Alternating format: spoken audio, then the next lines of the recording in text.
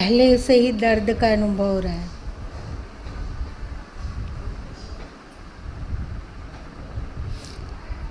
मतलब श्यामल साहब उनके बेटे का विवाह हो गया नरसिंह मेहता का, बहुत धूमधाम से हुआ। बड़नगर वाले जो दीवान थे वे भी बहुत खुश थे कि हम अच्छी जगह में अपनी बेटी को दे रहे हैं। विवाह के बाद फिर क्या हुआ?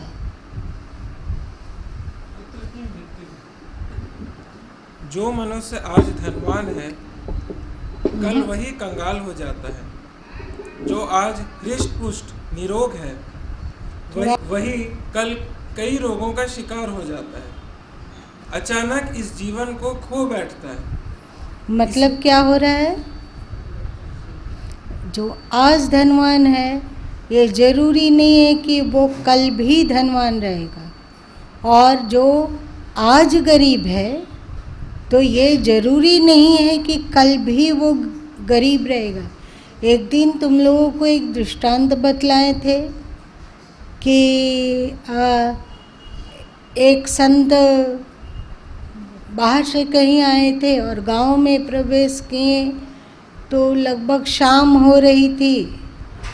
तो अंदर नगर में गांव में प्रवेश ना करके वे व्याकुल हो रहे थे भूख से कि कहीं कुछ मिल जाए तो क्षुधा की निवृत्ति हो। तो सामने में ही एक झोपड़ी दिखा, तो झोपड़ी में गए तो देखे कि एक मज़दूर वहाँ रहता था और मज़दूर अपना भोजन पारस किया हुआ था और खाने जा ही रहा था कि तब तक संत बोले कि बहुत कुछ खाने को मिलेगा। तो वो मज़दूर गरीब भला उस कहाँ से आता, उसके पास ज़्यादा भोजन। तो वो जो खाने वाले थे, जो भोजन परोसा हुआ था, वही संत को दे दिए। तो संत उस भोजन को प्राप्त पाएँ और जाते हुए आशीर्वाद दिए हैं कि तेरा भला हो। तो वो मज़दूर बोला कि कुछ भी स्थिर नहीं है। याद आई? और किसी को याद आई? हाँ, आगे बताओ क्या हुआ था?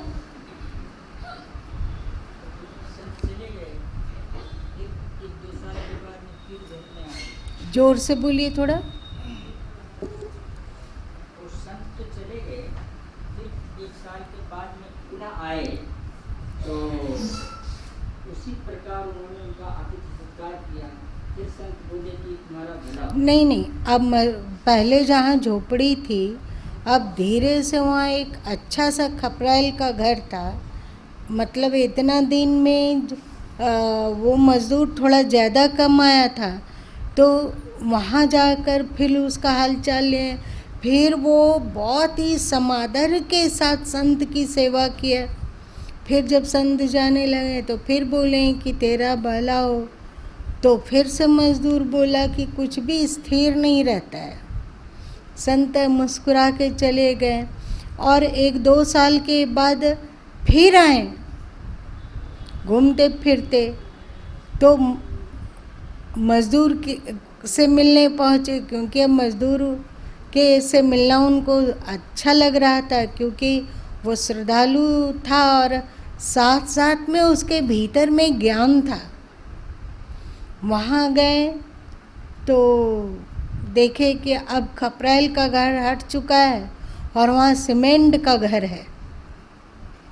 और पहले तो झोपड़ी में एक ही कमरा था, अब 2-3 कमरा और सब कुछ लगभग सामान्य रूप से ठीक ठाक था।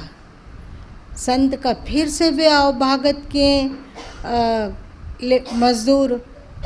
संत फिर बोले कि तेरा भला हो। फिर से मज़दूर बोला कुछ भी स्थिर नहीं रहता। 1-2 साल के बाद आए तो देखते हैं कि अब उस घर की जगह पर एक महल है। चकित हुए, पूछे कि बात क्या है, तुम कैसे एकाएक इतने धनी हो गए? तो वो बोले कि अब मेरा विवाह हो गया है। मैं एक ज़मींदार के यहाँ नौकरी करता था जमींदार का कोई पुत्र नहीं था, एक बेटी थी, और मेरी ईमानदारी और लगन से उनका कार्य करने के कारण उनको लगा कि ये श्रेष्ठ है जो हमारी जमींदारी को संभाल लेगा। इसमें ईमानदारी, मेरी बेटी भी सुखी रहेगी और हमारा भी कार्य सब कुछ कर सकता है। तो वो अपनी बेटी से विवाह कर दिया। इसलिए अब मैं विवाहित हूँ और घर वर घुमाया, अपनी पत्नी से मिलाया, उनके 2 बच्चे थे उन लोगों से भी मिलाया। संत बहुत खुश हुए, बोले तेरा भला हो। तो व्यक्ति फिर बोला कि कुछ भी स्थिर नहीं रहता। चले गए हंसते हुए संत। 1-2 साल के बाद फिर आए तो उस मजदूर को ढूंढे जो कि अब तो अमीर था, धनी था। घूमने फिरने पर, खोजने पर पता चला कि वो तो जा चुका है। अब घर है, मकान है, पैसा है, परिवार है, सब सुख आराम है, पर उसके लिए अब कुछ भी नहीं है। मतलब कुछ भी स्थिर नहीं है। आज कोई गरीब है तो उसको रोना नहीं रोना चाहिए और ये समझना चाहिए कि आज हम गरीब हैं तो इसका मतलब ये नहीं कि उसके बच्चे भी गरीब रहेंगे। अथवा आज कोई धनी है तो उसको इतनी अकड़ और अहंकार नहीं होना चाहिए कि हम तो बहुत धनी हैं, हम तो बहुत सुखी हैं, हमारे पास सब कुछ है। तो ज़रूरी नहीं है कि कल भी सब कुछ रहे और उनके बच्चों के भी जीवन में सब कुछ रहेगा, ये भी ज़रूरी नहीं है। ज़रूरी है, आप लोग देखते होंगे कि पहले के समय में लोग 5 भाई बहन होते थे, 6 भाई बहन होते थे, 8 भाई बहन होते थे, 10 भाई बहन होते थे। जब से ये हॉस्पिटल का चक्कर चला ना, कि हॉस्पिटल में कितना प्रचार किया गया पहले कि आप घरेलू दाइयों से बच्चों को जन्म न दें, हॉस्पिटल चाहिए, प्रशिक्षित ये चाहिए। काहे ऐसा किया गया? जिससे कि स्त्री लोगों का पेट का चीरफाड़ किया जा सके। और आश्चर्य है कि जितना स्त्री लोगों का पेट का चीरफाड़ होता है, मतलब ऑपरेशन करके बच्चों को जन्म होता है, वो सब केवल हिंदुओं की ही औरतों का ही पेट चीरफाड़ करके जन्म होता है। और मुस्लिम जो स्त्रियां हैं वो भी हॉस्पिटल में भर्ती होती है, पर उसका पेट चीरफाड़ करके बच्चा नहीं निकाला जाता है।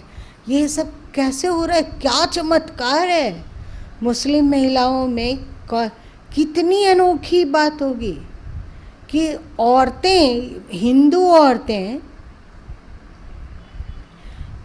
टेबलेट खाती है, गोली खाती है, आराम करती है, फिर भी उसका पेट चीरफाड़ करने की कंडीशन में पहुंचता है। और उसको बताया जाता है कि यदि चीरफाड़ करके बच्चा नहीं निकाला गया तो बच्चा को बचाना कठिन होगा, उसका धड़कन कम सुनाई पड़ रहा है, कि वो उल्टा हुआ है, कि ऐसे है वैसे है। तो स्वाभाविक ही डर लगता है। तो डर लगता है तो हिंदू पुरुष और हिंदू स्त्री एकदम सहज हो जाती है कि हाँ चीर फाड़ सकते हैं आप। और जब पेट चीर फाड़ होगा तो कितने बच्चे आपके आ सकते हैं? 1, 2, बहुत ज़्यादा हुआ। यदि स्त्रियां मृत्यु का सामना करने के लिए तैयार हो तब तीसरा बच्चा ला सकती है ना। लेकिन मुस्लिम का क्योंकि पेट चीरफाड़ नहीं होता है, अल्लाह अकबर करने से उनके में ऐसी क्वालिटी आ जाती है कि उनका ना बच्चा उलटता है, ना उसका दिल का धड़कन कम सुनाई पड़ता है, ना और ऐसी स्थिति रहती है कि उसका पेट चीरफाड़ किया जाए। तो वे लोग 8 बच्चे, 10 बच्चे, 15 बच्चे तक पैदा कर सकते हैं। ग्रह गोचर शनि राहु केतु सब हिंदू लोग के ही पीछे पड़ा रहता है। और ये हॉस्पिटल वाले लोग, वो भी मतलब जो लेडीज सर्जन है, बच्चा जच्चा विभाग देखते हैं, वो भी हिंदू औरतों के ही पीछे पड़ी रहती है। कुछ तो काबिलियत होगी उसमें ना, होगी काबिलियत? नहीं होगी। और हम लोग अभी के समय में जितना लेडीज फैशन आ रहा है, सरारा गरारा भरारा नरारा, सब वो अरबियन कल्चर वाला ही। क्या ये भी कोई षड्यंत्र का हिस्सा है?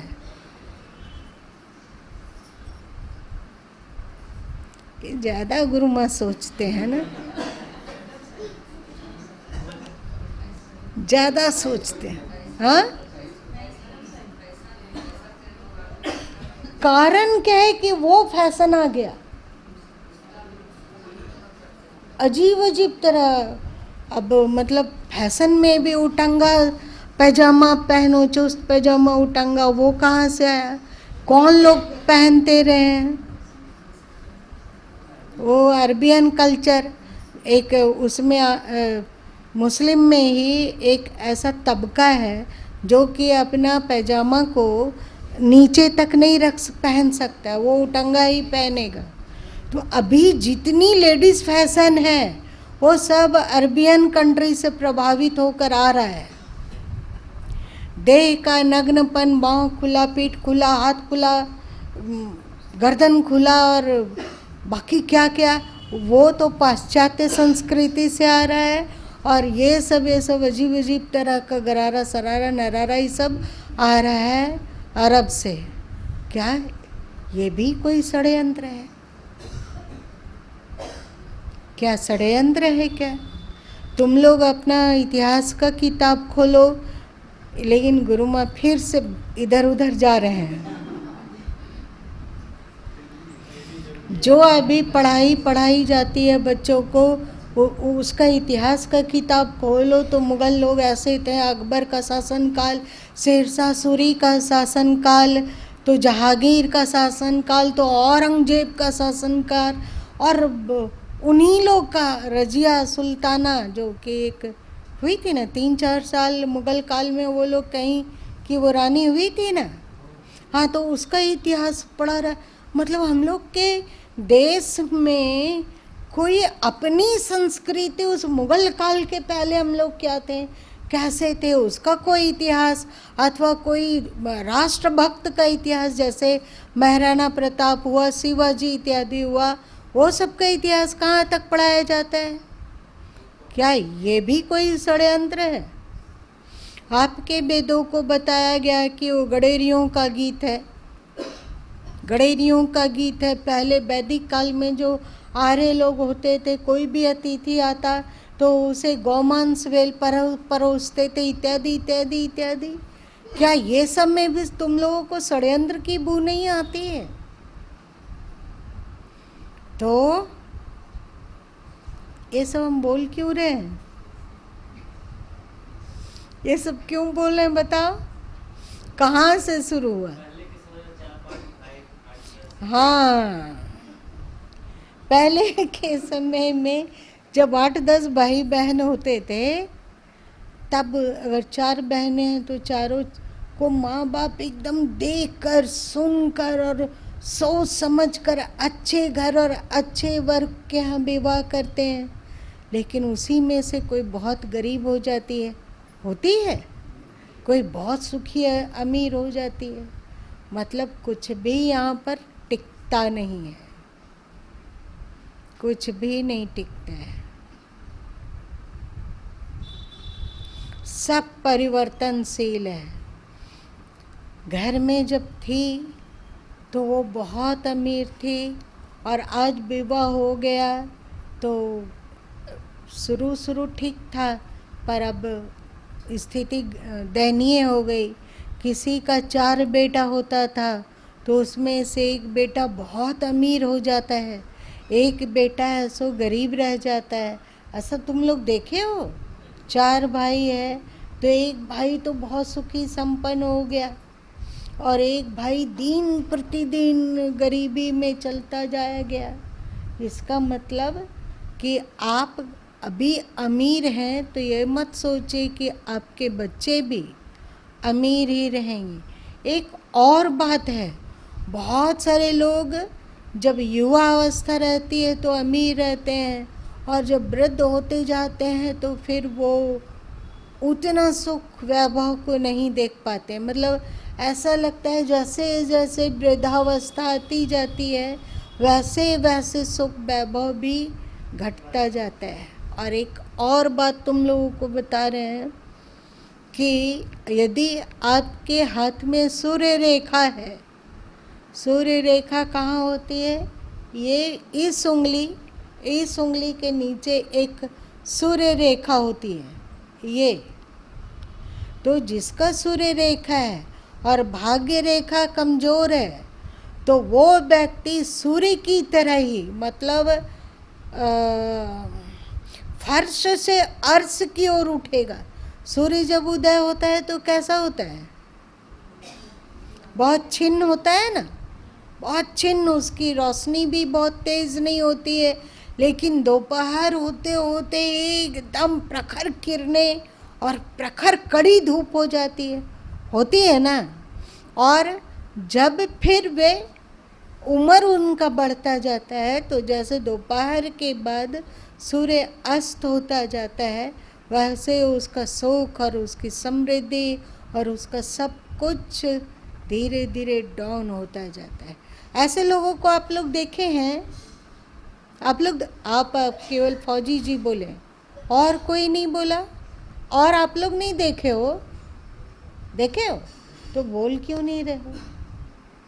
बहुत अमीरी, बहुत सुख समृद्धि और फिर डाउन होते होते होते एकदम फिर से जमीन पर आ गए। हाँ, यदि सूर्य रेखा के साथ साथ भाग्य रेखा भी प्रखर हो जो कि सीधा होता है और किस उंगली के पास जा रहा है, अगर इस उंगली के तरफ जा रहा है भाग्य रेखा तो कुछ और कहेगा, बीच की उंगली में जा रहा है तो कुछ और कहेगा, इस छोटी उंगली की ओर मुड़ रहा है तो कुछ और कहता है, और एकदम कनिष्ठ उंगली की ओर मुड़ रहा है तो कुछ और कहता है। और अगर भाग्य रेखा आपको मतलब इस अंगूठे की ओर थोड़ा सा लचका हुआ है तो कुछ और कहता है। अगर आपका भाग्य रेखा और सूर्य रेखा प्रखर हो तो आप आजीवन धनी रहेंगे, पर आजीवन धनी रहेंगे पर किसी को आपका बेटा बेटी लोग भी सब आजीवन धनी रहेगा ऐसा नहीं है, परिवर्तन होता रहता है। बहुत दिन पहले हमें लगता है 30-35 साल पहले, अथवा हो सकता है 35 साल तो पक्का, उसके आगे हो सकता है 1-2 साल और कम हो जाए। जब गुरु माँ कभी कभी चंदा मामा पढ़ा करते थे तो उसमें एक कहानी पढ़े थे जो कि गुरु माँ का दिल दिमाग को छू गया था, एकदम छू गया था। एक बहुत धनी सेठ थे, बहुत धनी। तो एक दिन स्वप्न देखें कि लक्ष्मी बोल रही है कि अब तुम्हारे यहाँ जितना दिन रहने का था उतना रहा गया, अब हमारा जाने का दिन है, इसलिए हमें विदा करो। तो सेठ जी पूछे कि तुम यहाँ से जाओगी कहाँ? मतलब मेरे घर को छोड़कर तुम्हें कहाँ जाना है? तो लक्ष्मी एक मजदूर की ओर इशारा करी कि वो जो तेरे खेत में काम कर रहा है उस मजदूर का भाग्य आ गया है, अब उस मजदूर के पास हम जाने वाले हैं। ये तो और दिमाग उड़ गया सेठ जी का कि ये तो अजीब बात है, जो मजदूर ही कर रहा है मेरे पास उसके मेरी लक्ष्मी जाना चाहती है, ऐसा कैसे होगा? तो वो क्या किया, धनी था तो धनी लोग का तो चतुर होगा तभी धनी हुआ है। तो उनके यहाँ बहुत सारा पीलर पाया। पहले पीलर क्या चीज़ का होता था? लकड़ी का, आज की तरह नहीं होता। आप लोग देखे हो?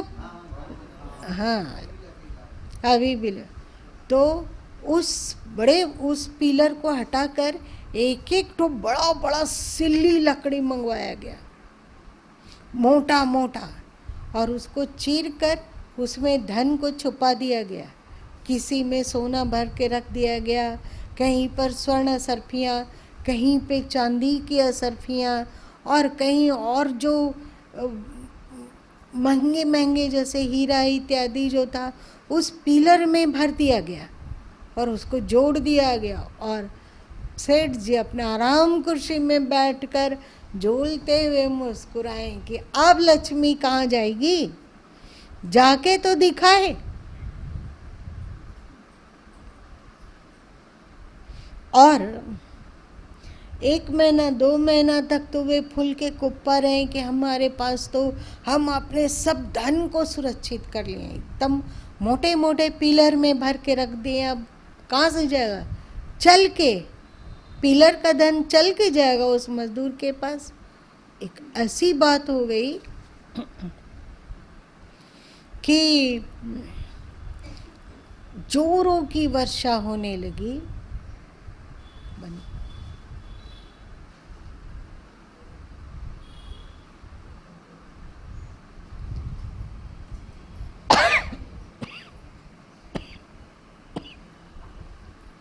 जोरों की वर्षा होने लगी और नदी में उफान आ गया और आसपास का एरिया एकदम जलमग्न हो गया। और सेठ जी के भी महल में पानी घुस आया और हिलोरा लेने लगा। धीरे धीरे करके सब पिलर टूट टूट के गिर गए और नदी में बहने लगा। और सेठ जी अपने पिलर को बहता हुआ देखे, जो एकदम हाय हाय करते हुए आगे पिलर के पीछे पीछे दौड़ते चल रहे थे कि कोई बचा लो, कोई बचा लो, कोई बचा लो। संयोग था कि एक बढ़ई उन लकड़ी के पिलरों को बहते देखा तो वो उसको छान के अपने पास ले आया। और सेठ जी भी पहुंचे वहाँ कि ये मेरा है। तो बढ़ई लड़ने लगा कि क्या सबूत है कि ये पिलर तेरा है? कहीं नाम है लिखा हुआ दिखाओ। कहीं तो नाम नहीं था। अब सेठ जी क्या करते? तब तक वही मजदूर घूमते फिरते आया। उसको घर बनाना था, कुछ पैसा जमा हो गया था। वो इतना सुंदर सुंदर पिलर को देखकर रुक गया और बढ़ई से पूछा, इसको बेचोगे? तो बढ़ई सोचे कि कौन आफत मोल लेता है, अभी हमको इससे लड़ना पड़ेगा। वो कौन आदमी एक है कह रहा है कि ये मेरा पिलर है, मेरा पिलर है। तुम लोग लड़ाई झगड़ा वाला जमीन बेच देना चाहते हो ना? जो निकल रहा है उसी में लो पैसा और उसको बेचो। तो वो बढ़ई भी ऐसा ही सोचा कि जो पैसा आ रहा है ले लेते हैं और इस पिलर को बेच देते हैं, वो अपना जो करेगा। पैसा लेकर मजदूर पैसा दिया, वो बढ़ई पैसा लिया, उन सब पिलरों को नाव पे ढुला ढुला कर वो अपने घर ले गया।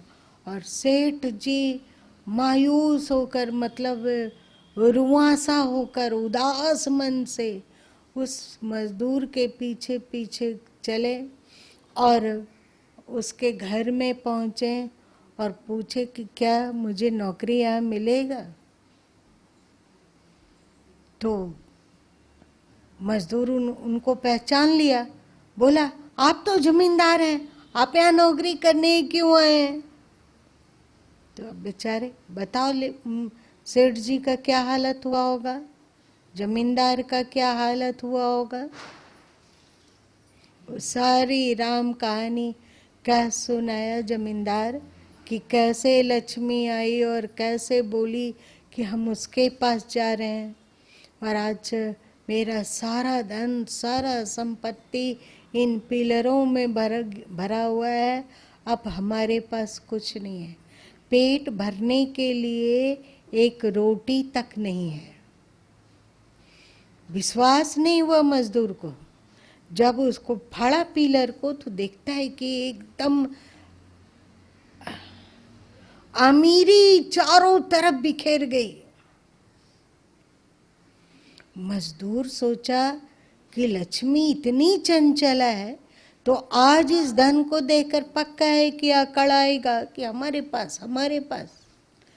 मजदूर बोला, हमें धन नहीं चाहिए, ये आपका धन है, हमें पता है कि आप धनी थे, आप इन सब पिलरों को ले जाएं, इसमें जो भी संपदा आपने भरा था उसे सब ले जाएं।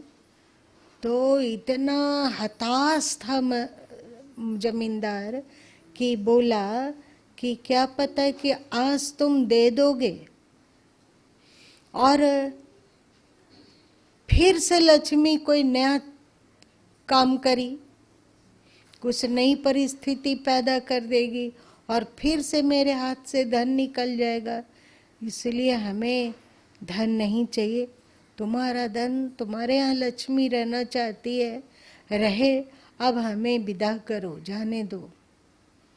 मजदूर क्या करता? जमींदार के आंख में पानी है और मजदूर कुछ नहीं कर सकने की बेबसी आंखों में लिए हुए खड़ा है। तो मजदूर पूछा कि अब कहाँ जाना चाहते हैं?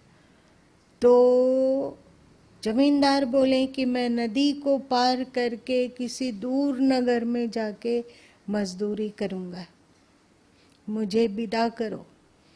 तो धनी बोला, मजदूर बोला कि रुको, कुछ हमारे पास कुछ खाने को बना देते हैं, उसे लेके तुम चले जाओ, रास्ता है, दूर है। तो उसको बना के, थोड़ा देर रुका जमींदार, उसको बना के 5 बड़ा बड़ा लड्डू दिए कि इसको खा लेना। वो नाव पे बैठ गए जमींदार, लड्डू उनके हाथ में। पूछे नाविक से, नाविक पूछा कि आप मेरा उतराई इतना है, पहले दे दो, मतलब नाव नदी पार करने का। तो उसके पास तो कुछ नहीं था। तो जमींदार जी बोले कि मेरे पास कुछ नहीं, ये 5 बड़ा बड़ा लड्डू है, इसको तुम लो और मुझे नदी से पार कर दो। नदी से पार कर दिया नाविक उसको, और पता नहीं है जमींदार साहब किधर चले गए। नाविक जब लौट के आ रहा था तो देखा लड्डू तो बड़ा टेस्टी दिख रहा है, बहुत स्वादिष्ट दिख रहा है, कहीं ऐसा ना हो कि घर ले जाए लड्डू को तो बच्चे लोगों की आदत बिगड़ जाए। हम एक गरीब नाविक हैं और बच्चों को यदि मिठाई की चाट लग गई और रोज रोज वो मिठाई मांगा तो हम कहाँ से लाएंगे मिठाई? ये अच्छा नहीं होगा। लड्डू को बच्चों के पास ले चलना और बच्चों को खिलाना, बच्चों को देना, ये उत्तम नहीं है। इस लड्डू को किसी को दे देते हैं और उसके बदले में पैसा ले लेते हैं। तो आसपास नज़र दौड़ाएं तो वही मजदूर वहाँ खड़ा था किनारे पर, और वो नदी को निहार रहा था कि लहरें आती है और तट से टकराती है और फिर से लौट के चली जाती है, फिर लहरें उठती है, तट से टकराती है और फिर लौट के चली जाती है। उदास होकर मजदूर देख रहा था। नाविक आया और पूछा कि मेरे पास कुछ मिठाई है? मैं नहीं चाहता कि अपने बच्चों में मिठाई की चाट लगाऊं, इसलिए क्या तुम इस मिठाई को लेकर हमें कुछ पैसे दे दोगे? तो मजदूर अच्छा से एक मोटरी में बांध के मिठाई दिए थे, पता नहीं चला कि कौन सी मिठाई है। तो मजदूर उसको कुछ पैसा दिया और मिठाई ले लिया। घर आया और जब पोटली खोलता है तो वही लड्डू, और उस लड्डू में वो मजदूर जमींदार के लिए ढेर सारी सोने की असरफियाँ और हीरे के टुकड़े उसमें भर दिए थे कि जिससे वो सेठ जी जहाँ भी रहे अपना व्यापार करके जीवन निर्वाह करे। और वो लड्डू फिर से लौट के आ गया मजदूर के पास। लड्डू खोला तो देखता है कि उसमें तो हीरे मोती भरे हुए हैं, वही लड्डू है। तो कहा लक्ष्मी तो बड़ी चंचला है, आज हम इसको अपने लिए जोगे चाहे अपने बच्चों के लिए जोगे, ये चंचल है। अगर इसको मन नहीं है रहने का अथवा हमारा पुण्य का पहरा खत्म हो गया तो लक्ष्मी तो जाएगी ही जाएगी। तो वो सोचा, मजदूर सोचा कि मैं इस लक्ष्मी का उपभोग नहीं करूँगा, अपने ऊपर कम खर्च करूँगा और इसके द्वारा संतों की सेवा करूँगा, ज़रूरतमंदों की सेवा करूँगा, विद्यालय खोल दूँगा, चाहे अनाथालय खोलूँगा, वृद्धाश्रम खोलूँगा, अथवा संतों के लिए, जैसे पहले जब महात्मा बुद्ध थे तो बहुत सारे राजा लोग महात्मा बुद्ध के लिए विहार बनवाते थे। महात्मा बुद्ध और उनके शिष्य लोग के लिए, आप लोग को पता है, जैसे कि नालंदा का जो बौद्ध विहार था उसे किसने बनाया? बौद्ध विहार राजा ने बनाया। कहाँ गया भूषण महोदय? गायब। चलो वो बताते हैं कि कौन सा राजा बनाया था उस नालंदा का जो खंडहर है अभी। बौद्ध विहार बनवाते थे राजा लोग, धनी लोग, कि उसमें साधु संत रहेंगे और स्वयं भी अपना भी श्रेष्ठ जीवन जिएंगे और दूसरे को भी श्रेष्ठ जीवन बिताने के लिए सहयोग करेंगे। और साथ साथ में उसमें विद्यालय भी था, विश्वविद्यालय, जो भारत का उत्कृष्ट विश्वविद्यालय था वो भी था।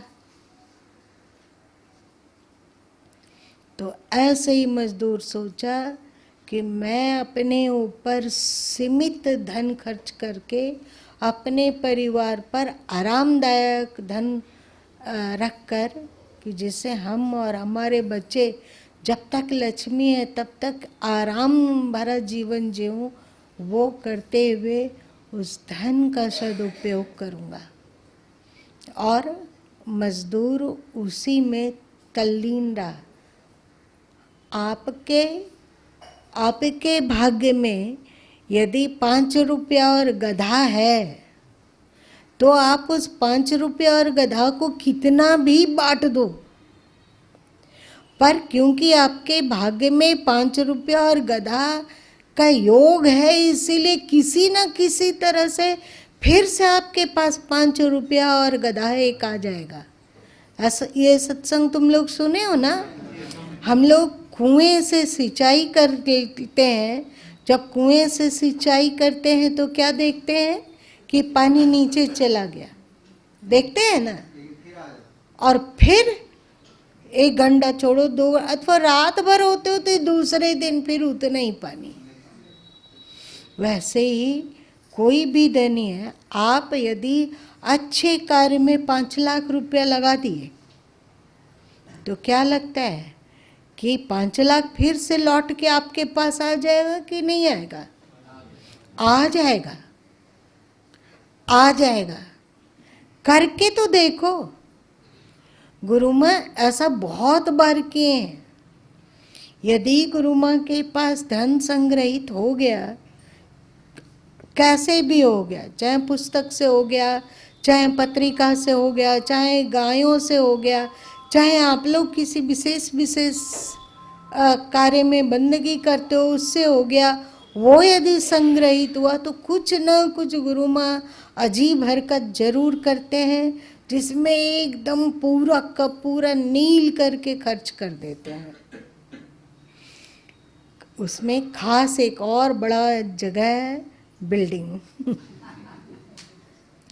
ये बना दो, वो बना दो, ऐसा कर लो, जिससे कि आने वाले समय में उद्देश्य तो यही है कि इसके द्वारा आने वाले समय में खूब धर्म का प्रचार हो और यहाँ से अच्छा सत्कार किया जा सके। इसलिए इस तरह बहुत बार सरकार थे, जब उस समय भी एक बार जो भी था झाड़ के ऊपर का छत्ता बना दिया गया था, ऊपर का, वो भी पीछे वाला 3 कमरा है और 2-3 बाथरूम था पीछे और एक छोटा सा बरामदा, उसी में सारा धन झाड़ के खर्च कर दिए। लेकिन हमें नहीं लगा, फिर देखते हैं कि फिर जो खर्च किया गया वो फिर से धीरे धीरे आ गया। ऐसा ये मेरा अनुभव है।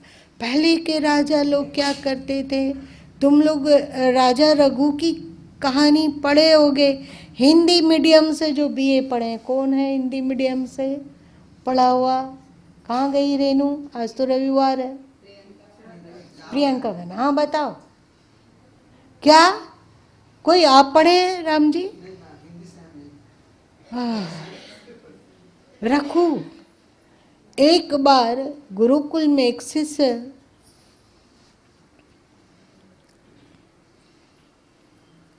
कि जब पढ़ाई पूरी हो गई तो अपने गुरुजी के पास जाकर पूछा कि बताइए कि हम गुरु दक्षिणा में क्या दें। इतने उपकृत हुए गुरु से, तो गुरु दक्षिणा में क्या दें? तो पहले गुरुजी बोले कि देख बेटा, हमें कुछ नहीं चाहिए, जा तू इस विद्या के द्वारा अन्य अशिक्षित बच्चों को पढ़ाओ, विद्या बांटो, यही मेरी गुरु दक्षिणा है। तो बार बार शिष्य कह रहा था कि नहीं नहीं, कुछ तो ऐसा कैसे होगा, हमें बहुत शौक है कि कुछ करें, कुछ भी आज्ञा दीजिए, कुछ भी आज्ञा दीजिए। तो गुरुजी नाराज होकर कहें कि हमें तुम 1 करोड़ स्वर्ण सर्फियाँ ला कर दो गुरु दक्षिणा में। अब वो क्या करेगा?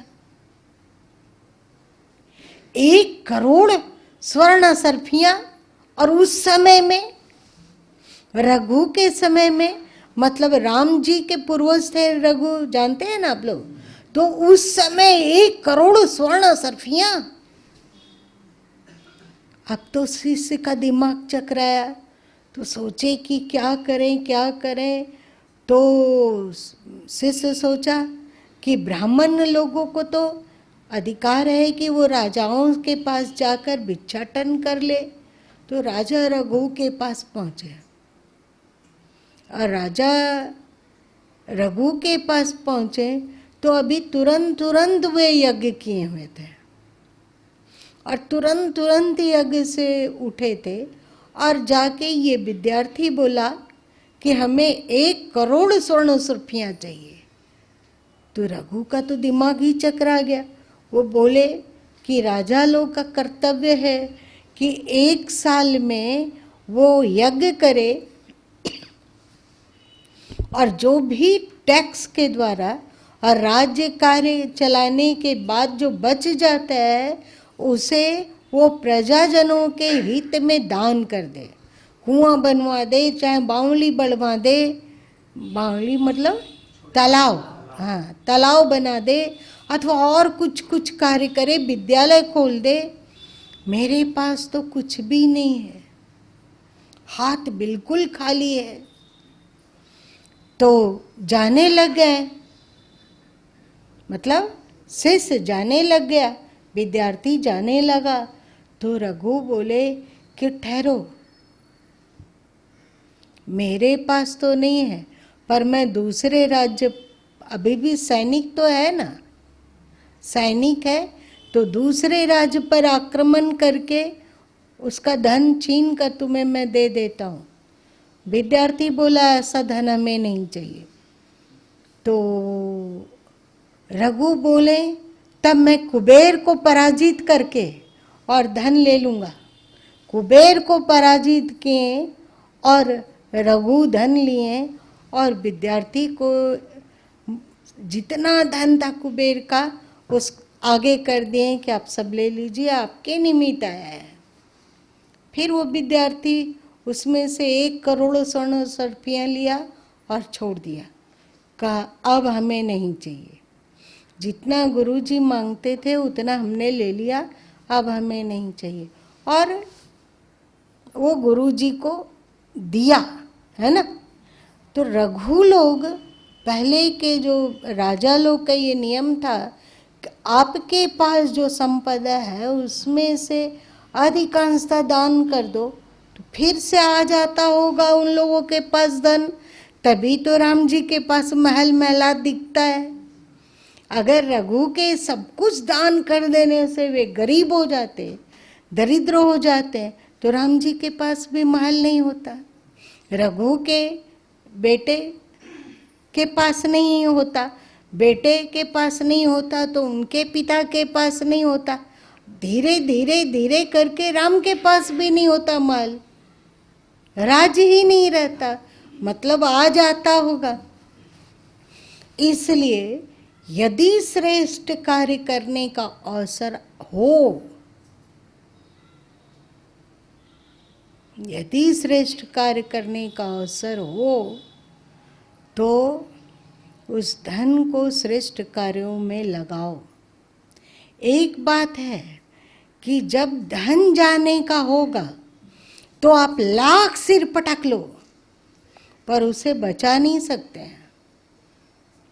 अलग अलग तरीके से लोगों का धन जाते हुए देखे हो ना। अभी ही देखो, अंबानी जी हैं, 2 भाई हैं, है ना, अनिल और मुकेश, 2 भाई है। मुकेश दिनानुदिन धनी होते जा रहे हैं और अनिल नीचे गिरते जा रहे हैं। ये क्या है? मतलब धन जाने का हो, जब आपका पुण्य का पहरा समाप्त हो गया और धन जाने वाला है तो आप लाख सिर पटक लो, मर जाओ, कोशिश करते करते, हाय हाय करते हुए, कुछ भी रो कल्पो, कुछ भी करो, पर धन नहीं टिकेगा, चला जाएगा। पर उस धन से यदि आप बुरा कार्य किए वो आपका होगा, और उस धन से जो आप अच्छा काम किए वो भी आपका होगा, वो नहीं जाएगा। धन जाने का समय आएगा, धन चला जाएगा, पर धन के द्वारा आप सदकर्म कमाए चाहे दुष्कर्म कमाए, पाप किए अथवा पुण्य किए, वो आपकी पूंजी रहेगी। और यदि आपके पास सदकर्म की पूंजी हुई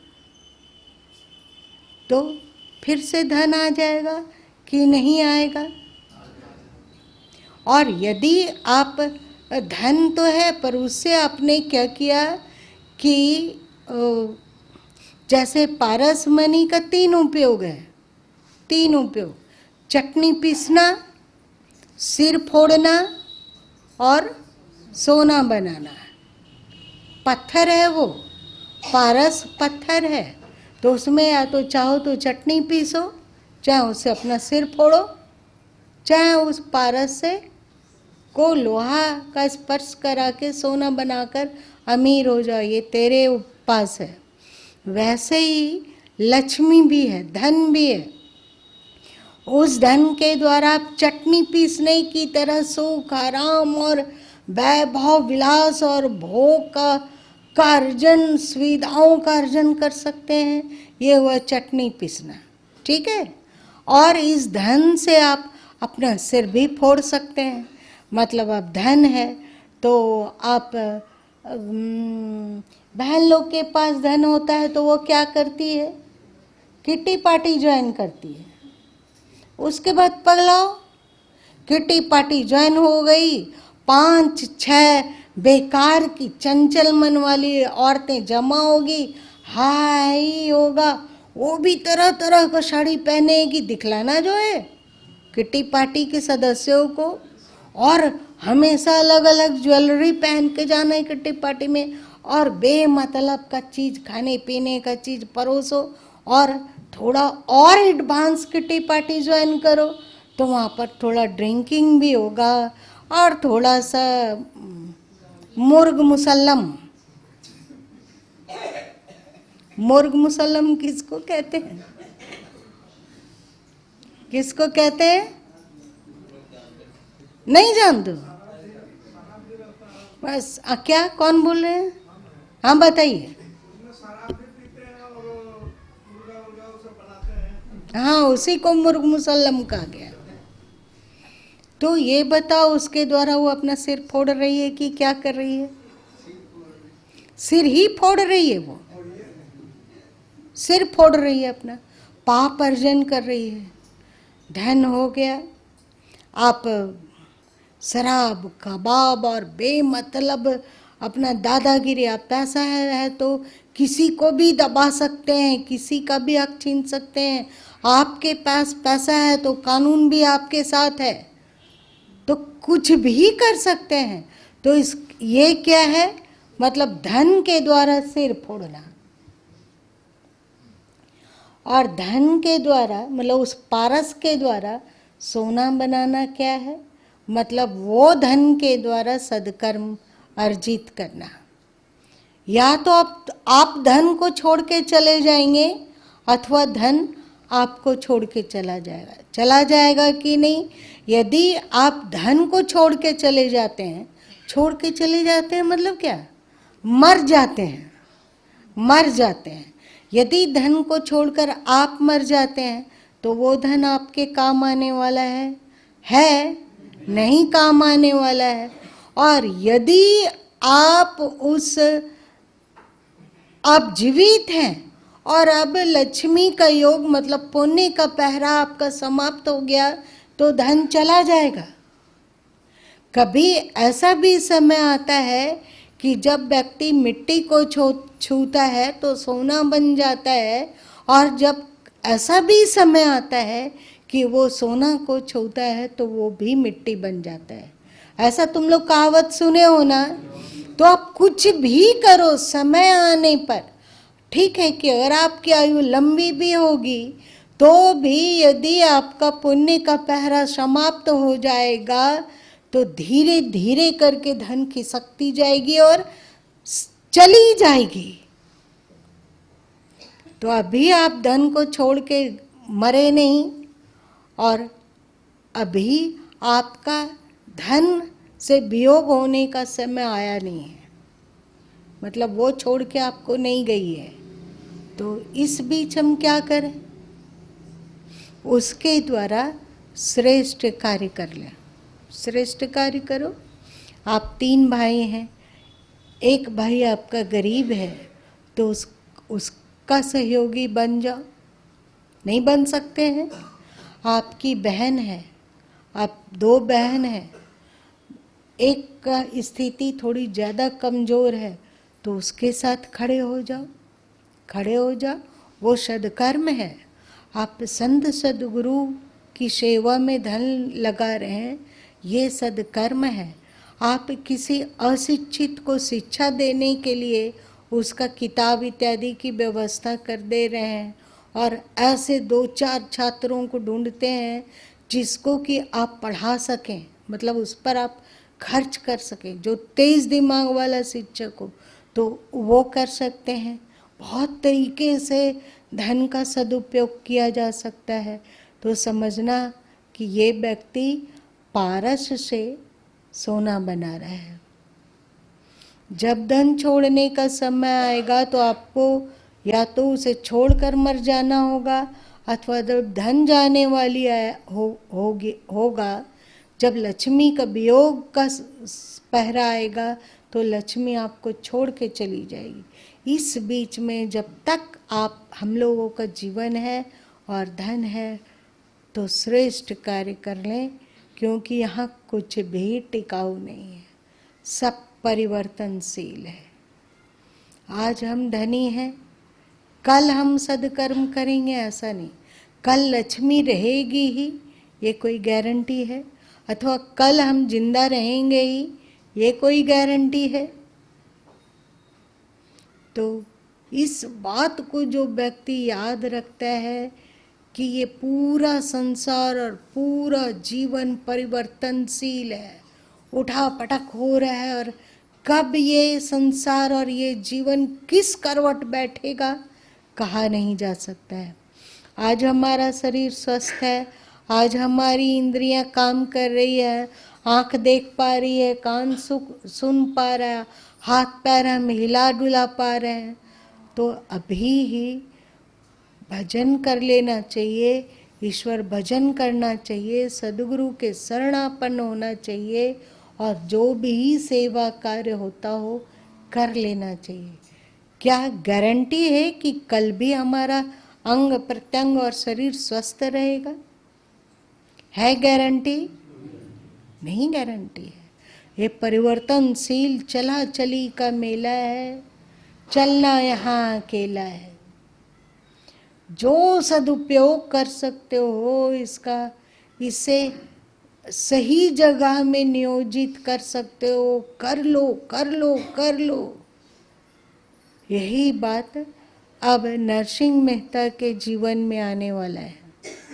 अभी तक तो ईश्वर उनके साथ खड़े थे ना, वे जो चाह रहे थे सब कुछ उनके साथ वही हो रहा था। और अब कौन सा करवट उनका जीवन बैठे उलटने वाला है, किस करवट उनका जीवन का उठ बैठेगा, इसकी चर्चा होगी। थोड़ी पेनफुल होगी लेकिन बहुत ही शिक्षाप्रद है। इसके द्वारा शिक्षा लेना ही चाहिए। आज के नरसिंह मेहता वाले कथा में आप लोग सही चीज सीखे? धन नहीं, अपना हाथ पैर बुद्धि शरीर स्वस्थ सबका सदुपयोग होना चाहिए। आज है कि चल फिर पा रहे हैं, गारंटी नहीं है कि कल भी चल फिर पाएंगे। आज कुछ कर पा रहे हैं, गारंटी नहीं है कि कल भी कुछ कर पाएंगे। जो कुछ प्राप्त है सबका सदुपयोग होना चाहिए। ये कल रहेगा ही ये सुनिश्चित नहीं है। नाम ही है इसका संसार। संसार मतलब क्या होता है? संसृति इति संसारा, जो सरकता जाए उसका नाम संसार है। यही है रिश्ता। रिश्ता का अर्थ क्या होता है? जो रिश्ता जाता है, चूता जाता है, चू चू कर खत्म होता जाता है, वही है रिश्ता। इसलिए जो कुछ है बढ़िया से इसका सदुपयोग करो। कुछ भी है, आँख है तो आँख का सदुपयोग करो, कान है तो कान का सदुपयोग करो, बानी है तो बानी का सदुपयोग करो, हाथ पैर है तो हाथ पैर का सदुपयोग करो, जीवन है तो जीवन का सदुपयोग करो। क्योंकि ये जीवन कल भी होगा ये निश्चित नहीं है नहीं है निश्चित। चला चली का मेला सा दो, चलना तुम्हें अकेला। इस बात को दिमाग में बिल्कुल खोस लेना चाहिए, तो देखना हम लोग एक अच्छे इंसान बन सकेंगे। होगा ना? आज फिर से देरी कर दिए, सॉरी।